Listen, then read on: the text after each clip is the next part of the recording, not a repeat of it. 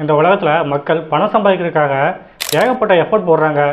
கூடவே அதிகப்படியான ப்ரெஷரையும் எதிர்கொள்கிறாங்க. ஆனால் பணம் சம்பாதிக்கணும்னா ரொம்ப பிரில்லியண்ட்டாக இருக்கணும் அப்படிங்கிற அவசியம் கிடையாது. இந்த உலகத்தில் பணம் சம்பாதிச்சா நிறைய பேர் முட்டாளாக தான் இருக்காங்க அப்படின்னு சொல்கிறாரு ரிச்சர்ட் வைஸ்மேன். பணம் சம்பாதிக்கிறதுக்கு 95% அதிர்ஷ்டமும் 5% திறமை இருந்தால் போதும் அப்படின்னு சொல்லி ஆரம்பிக்கிறது இவர் எழுதிய புத்தகமான தி லக் ஃபேக்டர். இந்த புத்தகத்தோட ஆதாரான ரிச்சர்ட் வைஸ்மேன் லண்டனில் இருக்கிற ரெட்ஃபோர்ட்ஷியர் யூனிவர்சிட்டியில் சைக்காலஜி செக்ஷனோட ஹெட்டாக இருக்கார். ஸோ உங்களை பணக்காரராக்கக்கூடிய அதிர்ஷ்டத்தை உருவாக்குறது எப்படி அப்படிங்கிற பற்றி தான் இந்த புக்கில் சொல்லியிருக்காரு. இவர் என்னென்ன விஷயங்கள்லாம் சொல்லியிருக்காரு அப்படிங்கிற பற்றி தான் இந்த வீடியோவில் பார்க்க போகிறோம். வாங்க வீடியோக்குள்ள போகலாம்.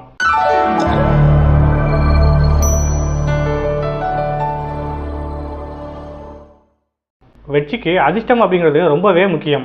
சியர்ஸ் ரூபர்க் அண்ட் கம்பெனி இதோட ஃபவுண்டர் ஜூலியஸ் ரோசன்வால்ட் இவர் என்ன சொல்கிறாருன்னா, இவர்கிட்ட வேலை பார்க்குறவங்கள நிறைய பேர் இவரோட பிஸ்னஸை நல்ல திறமையாக நடத்தக்கூடியவங்க. அப்புறம் அவங்க இந்த பிஸ்னஸோட ஓனராக இல்லாமல் எம்ப்ளாயாக இருக்காங்கன்னா அவங்களுக்கு சரியான வாய்ப்பு அப்படிங்கிற அதிர்ஷ்டம் கிடைக்கல அப்படின்னே சொல்லலாம். ஸோ இந்த ஒன்று தான் இந்த கம்பெனியோட ஓனருக்கும் எம்ப்ளாய்க்கும் உள்ள வித்தியாசம். ஸோ பணம் மட்டும் இல்லைங்க, வாழ்க்கையில் நிறைய நல்ல விஷயங்களுக்கு அதிர்ஷ்டம் அப்படிங்கிறது ரொம்பவே தேவைப்படுது. பொதுவாக நீங்கள் ஒரு அதிர்ஷ்டசாலியா அப்படின்னு சொல்லிட்டு ஒரு சர்வே எடுத்திருக்காங்க. அதில் 50% நான் அதிர்ஷ்டசாலி தான் அப்படின்னு சொல்லியிருக்காங்க. 36% அதிர்ஷ்டக்காரங்க இல்லை அப்படின்னு சொல்லியிருக்காங்க. மீதம் இருக்கிற 14% நான் ரொம்ப துரதிர்ஷ்டசாலி அப்படின்னு சொல்லி சொல்கிறாங்க. இந்த சர்வே மூலமாக நமக்கு தெரிகிறது என்னென்னா, பெரும்பாலான ஆட்கள் அதிர்ஷ்டத்தை அவங்க பக்கம் இழுக்கிறவங்களாக தான் இருக்காங்க. மீதம் இருக்கிற ஆட்கள் அதிர்ஷ்டம் எங்கே இருக்குது அப்படிங்கிற திசையே தெரியாமல் இருக்காங்க. அதிர்ஷ்டம் அப்படிங்கிறது அது இஷ்டம் போல தான் வருது அப்படின்னா 50% பேர் எப்படி ரொம்ப அதிர்ஷ்டசாலியாக இருக்காங்க. இதுக்கு அர்த்தம் என்னென்னா, ஒரு சிலருக்கு அதிர்ஷ்ட தேவதை அடிக்கடி அவங்க பக்கம் வருது. ஒரு சிலருக்கு அதிர்ஷ்டம் அப்படிங்கிறது அவங்க பக்கம் தலை வச்சு படுக்காமலே இருக்குது. ஸோ அதிர்ஷ்டசாலிகள் அப்படின்னா யாருன்னு கேட்டிங்கன்னா, அவங்களுக்கான சரியான வாழ்க்கை துணையை சந்தித்து அவங்களோட வாழ்நாள் லட்சியங்களை அடைஞ்சு பல சாதனைகளை புரிஞ்சு அவங்களோட மனநிறைவோட கூடிய கேரியரோடு அர்த்தமுள்ள மற்றும் மகிழ்ச்சியான வாழ்க்கையை வாழக்கூடியவர்கள். ஸோ இதுக்கெல்லாம் காரணம் அவங்களோட அதிபுத்திசாலித்தனமும் கடுமையான உழைப்பும் சூப்பரான திறமையும் மட்டும் கிடையாது. அவங்க தெரிஞ்சோ தெரியாமலோ சரியான இடத்துல சரியான நேரத்தில் இருப்பாங்க. அதுவே அவங்களோட வாழ்க்கையில் அவங்களுக்கு தேவையான மேஜிக் எல்லாத்தையும் நடத்திடும். ஸோ இந்த மாதிரியான நிகழ்வுகள் எல்லாமே இவங்கள பார்த்து மற்ற எல்லாருமே ஏங்கி நிற்கிற மாதிரி செஞ்சிடும். ஸோ நீங்கள் எல்லாருமே உங்களோட அதிர்ஷ்டத்தை அதிகரித்துக்கொள்வது எப்படி அப்படிங்கிறத பற்றியும் அறிவியல் ரீதியாக பல ஆண்டுகளாக அதிர்ஷ்டசாலிகள் துரதிர்ஷ்டசாலிகள் இந்த 2 பேர் குறித்து செய்யப்பட்ட பல்வேறு ஆராய்ச்சிகள் மூலமாக எழுதப்பட்டது தான் இந்த புத்தகம். அடுத்ததாக அதிர்ஷ்டசாலிகளின் மனோபாவம். இந்த புக்கோட ஆத்தர் தன்னை பற்றி என்ன சொல்கிறாருன்னா, எனக்கு வாழ்க்கை குறித்த எதிர்பார்ப்போ ஏக்கமோ எப்போதுமே இருந்தது கிடையாது. என் மனசில் தோன்றதையும் என்னோட உள்ளுணர்வு சொல்கிறதையும் கேட்டுதான் நான் எப்போதுமே நடப்பேன். என்னோட எதிர்காலத்தில் எப்போதுமே நல்ல விஷயம் மட்டும் நடக்கும் அப்படின்னு நினைப்பேன். ஒரு சில விஷயங்கள் கிடைப்பதற்கான வாய்ப்புகள் கம்மியாக இருந்தாலும் அதை பெறுவதற்காக நான் முயற்சி பண்ணிகிட்டே இருப்பேன். என்னை சந்திக்கிற நபர்களில் பெரும்பாலும் நல்ல பண்பு கொண்டவர்களாகவும் நல்ல நட்பு பாராட்டுவர்களாகவும் நிறைய உதவி செய்கிறவங்களாகவும் தான் இருப்பாங்க. என் வாழ்க்கையில் என்ன நடந்தாலும் அதில் இருக்கிற நல்ல விஷயங்களை மட்டும் தான் நான் பார்ப்பேன். அதையும் மீறி கெட்ட விஷயங்கள் ஏதாவது நடந்துச்சுன்னா அதில் நீண்ட நாள் அடிப்படையில் பார்க்கும்போது அது எனக்கு நன்மை செய்கிறத தான் நான் நினப்பேன். கடந்த காலத்தில் எனக்கு சாதகமாக இல்லாத விஷயங்கள் நடக்காமல் இருந்ததை பற்றி நான் நினச்சிக்கிட்டே இருக்க மாட்டேன். கடந்த காலத்தில் நான் என்னென்ன தப்புலாம் செஞ்சிருந்தனோ அந்த தப்பில் உள்ள குறைபாடுகளை பார்த்து மறுபடியும் அது வராமல் நான் சரி செய்வேன் அப்படின்னு சொல்கிறாரு புக்கோட ஆத்தர். அடுத்ததாக அதிர்ஷ்டம். அதிர்ஷ்டம் அப்படின்னா என்னென்னா, நமக்கு அதிக அளவில் பலன் அளிக்கக்கூடிய வகையில் நடந்த திட்டமிடப்படாத தற்செயல் நிகழ்வுகள் அப்படின்னு சொல்லி சொல்கிறாரு புக்கோட ஆத்தர். இவரோட வாழ்க்கையில் நடந்த ஒரு கதையை சொல்கிறாரு.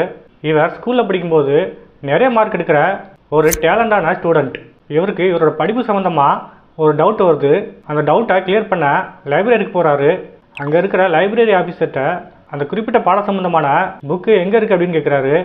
ஆனால் அந்த ஆஃபீஸர் இவருக்கு தவறுதலாக வேற ஒரு இடத்த காட்டிட்டாரு. இவர் அங்கே போய் பார்க்கும்போது எதர்ச்சியாக ஒரு புக்கு கண்ணில் படுது. அந்த புக்கு என்னென்னா, மாய வித்தைகள் செய்யக்கூடிய புத்தகம். எக்ஸாம்பிளுக்கு காஞ்சூரிங் மாதிரியான புத்தகங்கள். ஸோ அதை பார்த்து வியந்து போய் அந்த புக்கை படிக்க ஆரம்பிக்காரு. அப்புறம் அதுலேருந்து சைக்காலஜிக்கு மாறுறாரு. அப்புறமா சைக்காலஜியில் பெரிய ப்ரொஃபஸர் ஆகிறாரு. இப்போ கடைசியாக இந்த அதிர்ஷ்டம் அப்படிங்கிற புக்கை எழுதியிருக்காரு. ஸோ இவர் யாரை அதிர்ஷ்டசாலிகள் அப்படின்னு சொல்லி சொல்கிறாரு அப்படிங்கிறத பார்க்கலாம். நாம் நினைக்கிற மாதிரி அதிர்ஷ்டசாலிகள் அவங்க பிறக்கும் போதே அதிர்ஷ்டசாலியாக பிறக்கிறது கிடையாது. ஒரு 4 வகையான கோட்பாடுகள் இருக்குது. இதை ஃபாலோ பண்ணுற மூலமாக தான் அவங்க அதிர்ஷ்டசாலியாக மாறுறாங்க. ஸோ இவரோட நீண்டகால ஆராய்ச்சிக்கு அப்புறம் தான் இந்த அதிர்ஷ்டசாலிகள் குறித்த கோட்பாடுகளை இவர் வடிவமைக்கிறாரு. இதெல்லாம் வச்சு யார் யார் அதிர்ஷ்டசாலிகள், யார் யார் துரதிர்ஷ்டசாலிகள் அப்படிங்கிறத அந்த புக்கில் விவரமாக சொல்லியிருக்காரு. அப்படி என்ன சொல்கிறாரு அப்படிங்கிறத பார்க்கலாம். அதிர்ஷ்டசாலிகள் அப்படிங்கிறவங்க தொடர்ந்து வாய்ப்புகளை எதிர்கொள்கிறாங்க. எதிர்ச்சியாக அவங்களுக்கு நன்மை செய்யக்கூடிய நபர்களையும் செய்திகளையும் நாளிதழ்கள் பத்திரிகைகள் வாயிலாக அடிக்கடி சந்திக்கவும் எதிர்கொள்ளவும் செய்கிறாங்க. ஆனால் துரதிர்ஷ்டசாலிகளுக்கு இந்த மாதிரியான எக்ஸ்பீரியன்ஸ் கிடைக்க மாட்டேங்குது. இவங்க சந்திக்கிற நபர்கள் எல்லாமே இவங்களுக்கு கெட்டது செய்கிறதா தான் இருக்காங்க. அதிர்ஷ்டசாலிகள் சரியான முடிவுகள் எடுப்பாங்க. ஆனால் அதை ஏன் எடுக்கிறோம் அப்படின்னு தெரியாமலே எடுப்பாங்க. ஆனால் ஒரு சில முடிவுகளை ஏன் நம்ம எடுக்கணும், ஒரு சில நபர்களை ஏன் நம்பக்கூடாது அப்படிங்கிறத தெளிவாக தெரிஞ்சு வச்சுருப்பாங்க. ஆனால் துரதிர்ஷ்டசாலிகள் தவறான முடிவுகளை எடுக்கிறாங்க. தவறான நபர்களை நம்பியும் அவங்களோட வாழ்க்கையை நாசம் பண்ணுறாங்க. அதிர்ஷ்டசாலிகள் அவங்களோட கனவை நனவாக்க தேவையான அசாத்தியமான சாமர்த்தியத்தை வச்சுருக்காங்க. ஆனால் துரதிர்ஷ்டசாலிகளுக்கு இந்த சாமர்த்தியம் கிடையாது. அதனால் அவங்க கனவும் நனவாகிறது கிடையாது. அதிர்ஷ்டசாலிகளுக்கும் துரதிர்ஷ்டமான சம்பவம் நடக்க தான் செய்யுது.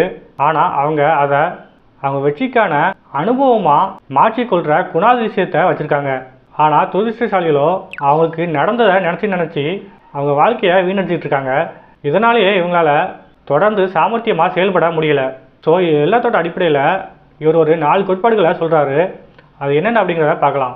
முதல் கோட்பாடு, அதிர்ஷ்டசாலிகள் அவங்கள நோக்கி அதிகப்படியான வாய்ப்புகள் வர்ற மாதிரியான சூழ்நிலையை வச்சுட்ருக்காங்க. குறிப்பாக வாய்ப்புகளை தேடி கண்டுபிடிச்சி அதுக்கு என்னென்ன நடவடிக்கை எடுக்கணுமோ அதை எடுக்கிறாங்க. எக்ஸாம்பிளுக்கு பார்த்தீங்கன்னா நெட்வொர்க்கிங், புதிதாக வரக்கூடியதை எந்த எதிர்ப்பும் இல்லாமல் ஏற்றுக்கிறாங்க. இதனாலேயே இவங்க வாழ்க்கையை ரொம்ப சுமூகமாக வாழ்கிறாங்க. ரெண்டாவது கோட்பாடு, அதிர்ஷ்டசாலிகள் அவங்களோட உள்ளுணர்வு மற்றும் மனத்துணிச்சல் இதோட அடிப்படையில் தான் அவங்க முடிவு எடுக்கிறாங்க. கூடவே உள்ளுணர்வை வளர்த்தெடுப்பதற்கான முயற்சியும் பண்ணுறாங்க. அடுத்ததாக மூணாவது கோட்பாடு, அதிர்ஷ்டசாலிகள் அவங்களோட எதிர்காலத்தில் எல்லாமே நல்லதாக நடக்கும் அப்படின்னு நினைக்கிறதுனால தான் அவங்களோட கனவை நனவாக்க முடியுது. அதுலேயும் முக்கியமாக பார்த்தீங்கன்னா அவங்களோட எதிர்காலத்துலேயும் அவங்களோட அதிர்ஷ்டம் தொடரும் அப்படின்னே நம்புகிறாங்க. இவங்க தோல்வியை கண்டு தோலாமல் இருப்பதனால ஒரு விஷயத்தில் வெற்றி பெறுவதற்கான வாய்ப்பு கம்மியாக இருந்தால் கூட அதை கட்டாயமாக ட்ரை பண்ணி பார்க்க தவற மாட்டாங்க. இதுதான் இவங்க அதிகப்படியான வாய்ப்புகளை பெறுவதற்கு காரணமாக அமைகிறது. அப்புறமா இவங்க மற்றவங்க கூட இணைந்து செயல்படுறதுனால தான் அதிக அளவிலான வெற்றி கிடைக்கும் அப்படின்னு நம்புகிறாங்க. அடுத்ததாக நாலாவது கோட்பாடு, அதிர்ஷ்டசாலிகளுக்கு அவங்களோட துரதிர்ஷ்டத்தையும் அதிர்ஷ்டமாக மாற்றிக்கொள்கிற திறமை நிறையவே இருக்கும். அது எப்படின்னா இவங்களுக்கு வரக்கூடிய துரதிர்ஷ்டத்தில் இருக்கிற பாசிட்டிவான விஷயங்களை மட்டும் தான் இவங்க பார்ப்பாங்க. இன்றைக்கி நாம் எதிர்கொள்ளக்கூடிய ஒரு கெட்ட விஷயம் கூட நாளடைவில் நமக்கு நன்மை பயக்க தான் செய்யும் அப்படிங்கிறத இவங்க உறுதியாக நம்புவாங்க. அப்புறமா துரதிர்ஷ்டமான நிகழ்வுகளை முற்றிலுமாக மறக்கக்கூடியவங்களாக இருப்பாங்க. கூடவே இந்த மாதிரியான துரதிர்ஷ்டங்கள் ஃப்யூச்சரில் வராமல் பார்த்துப்பாங்க. ஸோ இதெல்லாம் பார்க்கும்போது நமக்கு என்ன தெரிய வருதுன்னா, அதிர்ஷ்டம் அப்படிங்கிறது ஒரு மேஜிக்கோ அல்லது கடவுளோட பரிசோ கிடையாது. இது ஒரு மனநிலை, சிந்திக்கவும் செயல்படவும் வேண்டிய நடைமுறை. ஸோ மனுஷங்க பிறக்கும்போதே அதிர்ஷ்டசாலிகள் துரதிர்ஷ்டசாலிகள் அந்த மாதிரி பிறக்கிறது கிடையாது. மனுஷங்க தான் அவங்களோட அதிர்ஷ்டத்தையும் துரதிர்ஷ்டத்தையும் உருவாக்கக்கூடியவங்களாக இருக்காங்க.